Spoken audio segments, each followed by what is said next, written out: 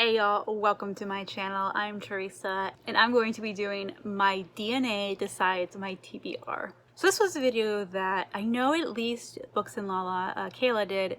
I didn't get this idea from her. I came up with this idea just on my own, but then I searched it and was like, oh, okay, yeah, she already did it. So I want to make sure that I put that out there that, you know, I'm not the original creator of this.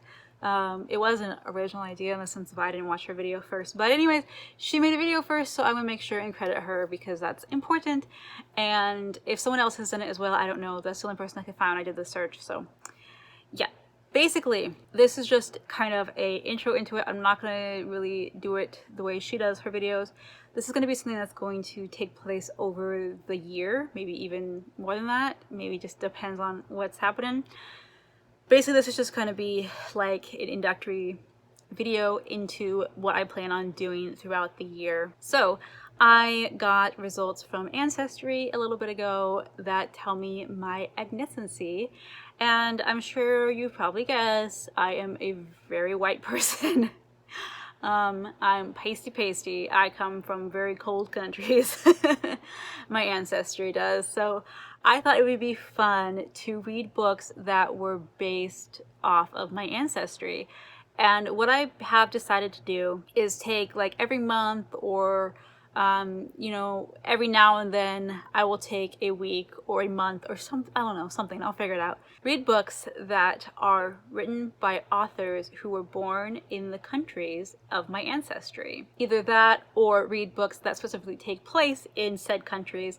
And what I would really like to do is kind of mix it up a little bit, whereas I would like to really have some literature from that country that is really important to that country. So any historical or classics that that country has, any like really big time authors that that country is known for or famous for, anything that is really like culturally a part of that country as far as like plays, poems, books, anything like that. I would love to read those because I really want to dive deeper into my ancestry and learn about, you know, where I come from. I also do want to read some contemporary books. I mean, maybe not contemporary genre, but like nowadays book written by authors who like are alive today, obviously, and are from these countries, as well as maybe like a popular children's book. I just kind of want to get a general idea, like if I was to have grown up in that country instead of in America, what types of books would I have been reading? What books would have been taught in schools? And, you know, what is literature is important to that country. So I'm going to go ahead and add, or try to add, some sort of screenshot thing on here. I'm doing this, I film on my phone, so I was gonna like just screen record my phone and show you guys me scrolling through like my ancestry, but I record on my phone, so that doesn't work. So I'm gonna try on my computer. Hopefully I can get kind of a little screen or graphic or something up here that will go along with this and help you guys follow along, and so you can see exactly what I am, because I am a major mutt. All right, the biggest amount that I am 67% English, Welsh, and Northwestern European. Yes, so I'm very English. Specifically, now the ancestry will kind of break down, if it can, where like regions that you are specifically from. I mean, obviously it's very broad. Like it says, okay, you're from Northwestern Europe, but like that's a lot of countries. So I'm going to kind of break it down kind of how they have it on Ancestry, and then I'm just going to go with like the countries that they mark, and I'm going to pick those countries as say that they're my ancestry. I mean, this may change. I know these are always changing, but as of right now, I'm going to go with what these say and go with just the countries they say, and that's the way it's going to work. Okay, so I'm 67% English, Welsh, and Northwestern European. Primarily located, so like my ancestry is primarily located in Belgium, the Channel Islands, and England and Wales. So I'm definitely going to make sure that I read Belgium books, English book, Welsh books.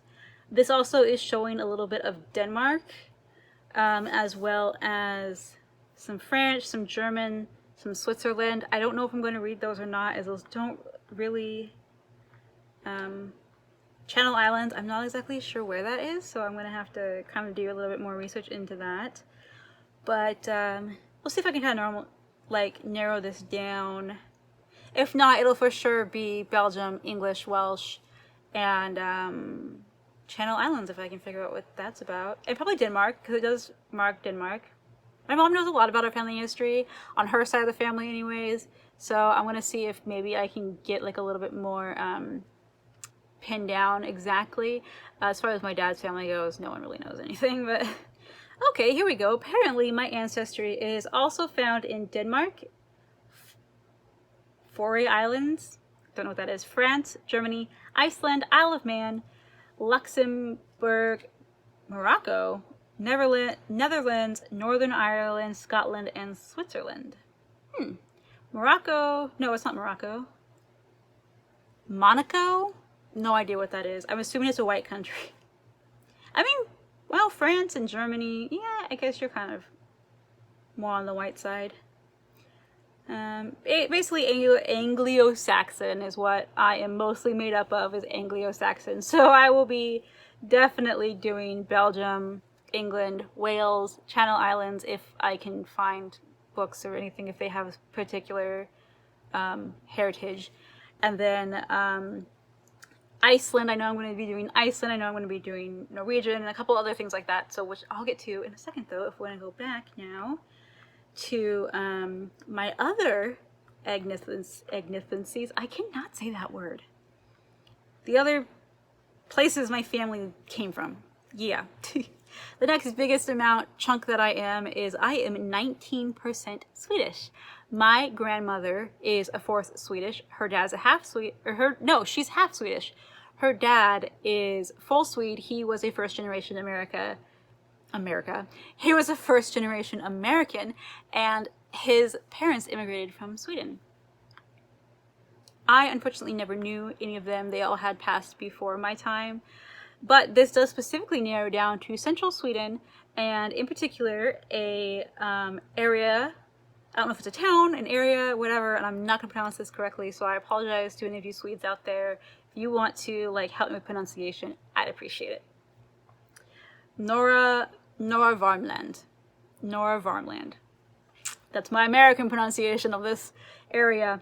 Apparently that is where a lot of my family came from, was central Sweden, which is really cool. I would like to actually find out exactly where my grandma's grandparents came from, like if they came from Norra Värmland or if they were maybe specifically somewhere else, and I don't know. I think that would be really interesting. So yeah, definitely going to be reading Swedish literature one of these months. Next we have Ireland and Scotland, and I am 8% Irish-Scottish. So I believe I have more Irish in me than I have Scottish in me though. I'm not 100% sure on that. But it does say, yes, so it says primarily located in Ireland, Isle of Man, Northern Ireland, and Scotland. I know on both sides of my mom's mom and my mom's dad both have Irish ancestry. I do believe that, I know Northern Ireland is for sure part of my ancestry, as I know, I don't know if both of the families came from Northern Ireland, but anyways, Irish.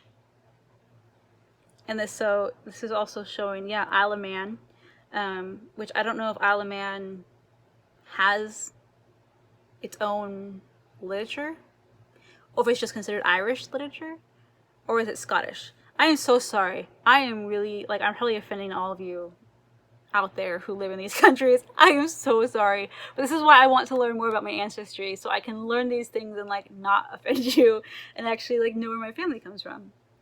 So yeah, anyways, I'm going to be reading Irish and Scottish literature, and actually I'm going to have a video coming very soon about that, so stay tuned for that. That'll be really fun. But yes, I am 8% from that area of the world.